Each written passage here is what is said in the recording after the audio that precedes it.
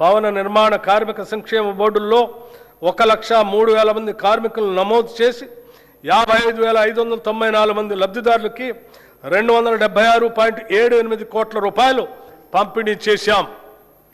CM overseas employment programme రాష్ట్ర యువతకి సురక్షితమైన విదేశీ ఉపాధి అవకాశాలు కల్పించేందుకు వీలుగా ఏర్పాటు చేసిన Telangana overseas manpower company limited ద్వారా UAE, Germany, Japan, UK, Canada వంటి 16 దేశాల్లో సుమారు 13,930 మంది యువతకు ఉద్యోగ అవకాశాలు కల్పించింది.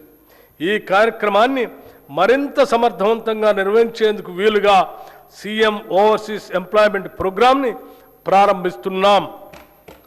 రాష్ట్ర యువతకి వివిధ రంగాల్లో తగిన నైపుణ్య శిక్షణను మరియు వారికి ఉపాధి లభించిన ఆయా దేశాలకు సంబంధించిన భాషా జ్ఞానంలో శిక్షణ ఇప్పించడం, వారికి వీసా మార్గదర్శకత మరియు విదేశ ప్రయాణానికి కావలసిన రక్షణను ఇచ్చి విదేశాలలో ఆరోగ్య సేవలు, హాస్పిటాలిటీ, నిర్మాణ పనులు, లాజిస్టిక్స్ వంటి రంగాలలో ఉద్యోగ అవకాశాలు కల్పించడం ఈ సంస్థ ఉద్దేశ్యం. ఈ బడ్జెట్లో కార్మిక సంక్షేమ శాఖకు 998 కోట్ల రూపాయలు ప్రతిపాదిస్తున్నాం.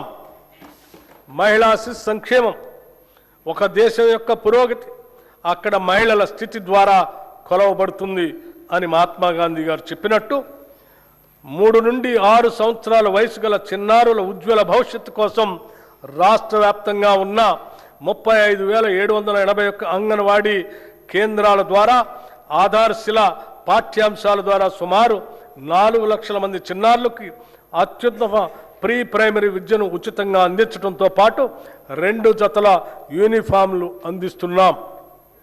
బాల భరోసా పథకం ద్వారా అప్పుడే పుట్టిన బిడ్డ నుంచి 5 ఏళ్ల లోపు వయసున్న చిన్నారులలో పుట్టుకతో వచ్చే శారీరక మానసిక వైకల్యాలను లేదా ఎదుగుదలలో ఉండే లోపాలను తొలి దశలోనే గుర్తించడం ద్వారా వారికి అవసరమైన వైద్య చికిత్సలు అందించి భవిష్యత్తులో అవి శాశ్వత వైకల్యాలుగా మారకుండా నివారించి వారి తల్లిదండ్రులకి కొన్నంత భరోసాని ఇస్తుంది.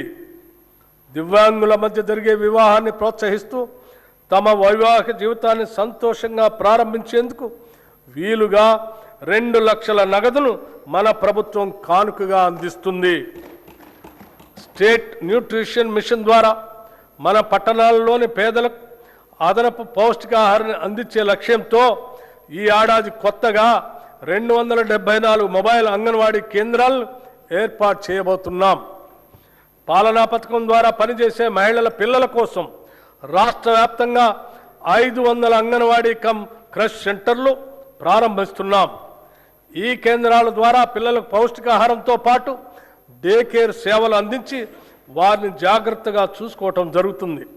రాష్ట్రంలోనే మొట్టమొదటిసారిగా వృద్ధుల సంక్షేమం కోసం 37 ప్రణామ్ డే కేర్ సెంటర్ని మంజూరు చేశాం. ఈ బడ్జెట్లో మహిళా శిశు సంక్షేమానికి 3,143 కోట్ల రూపాయలు ప్రతిపాదిస్తున్నాం. షెడ్యూల్డ్ కులాలు, తెగల సంక్షేమం డాక్టర్ బిఆర్ అంబేద్కర్ గారు చెప్పినట్లు రాజకీయ ప్రజాస్వామ్యం సామాజిక ప్రజాస్వామ్యంగా మారనంత కాలం స్వాతంత్రానికి అర్థం లేదు. అంతరాలు లేని సమాజం కోసం మా ప్రభుత్వం నిరంతరం కృషి చేస్తుంది. షెడ్యూల్డ్ కులాలు, షెడ్యూల్డ్ తెగలకు సామాజిక న్యాయం చేయాలనేది మా ప్రభుత్వ ముఖ్య ఉద్దేశం. వసతి పాఠశాలలు, నైపుణ్యాభివృద్ధి కార్యక్రమాల ద్వారా షెడ్యూల్డ్ కులాలు, షెడ్యూల్డ్ తెగలకు ఉద్యోగ అవకాశాలు కల్పించడానికి కృషి చేస్తున్నాం. 368 కోట్ల 27 లక్షల రూపాయల అంచనా వ్యయంతో 910 ఎస్సీ కమ్యూనిటీ హాళ్లు, అంబేద్కర్ భవనాలు, విగ్రహాలు మంజూరు చేశాం. ఎస్సీ ఎస్టీ సప్లాన్ చట్టం అమలును సంపూర్ణంగా అమలు చేయడానికి మా ప్రభుత్వం కృతనిశ్చయంతో ఉంది.